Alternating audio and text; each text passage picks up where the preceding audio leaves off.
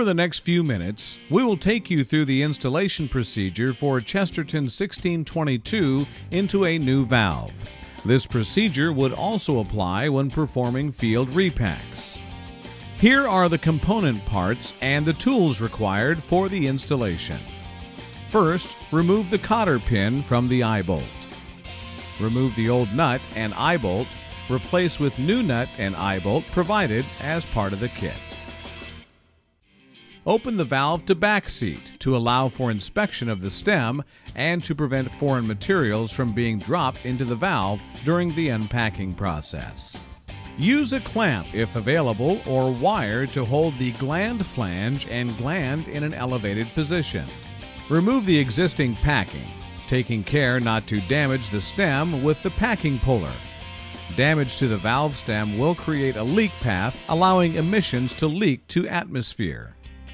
Use a flashlight to inspect the packing box and stem.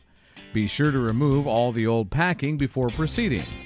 In a used valve, use emery cloth to buff out any pits or scoring on the stem that are visible. This damage can void the performance warranty on Chesterton 1622. Install the first Chesterton 1622 packing ring into the packing box. Make sure the rings are cut with a 45-degree skive cut.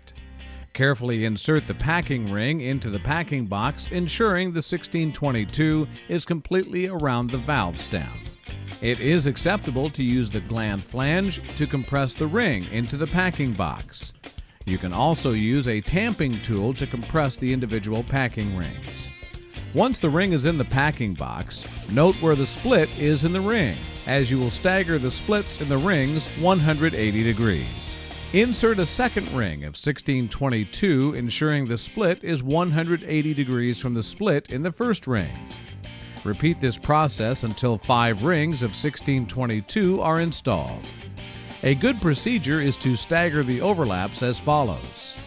First ring, 12 o'clock. Second ring, 6 o'clock. Third ring, 12 o'clock. Fourth ring, 6 o'clock position. Fifth ring, 12 o'clock. When installing rings 2 through 5, you can use the gland and gland flange to seat each ring into the packing box. Do not use a hammer, as you may hit the stem and create a pit. You can use a rubber mallet or wood block to tamp the gland flange if needed. At this time, fully close the valve. Coat the eye bolt using Chesterton 783 Premium Anti-Seize as a lubricant.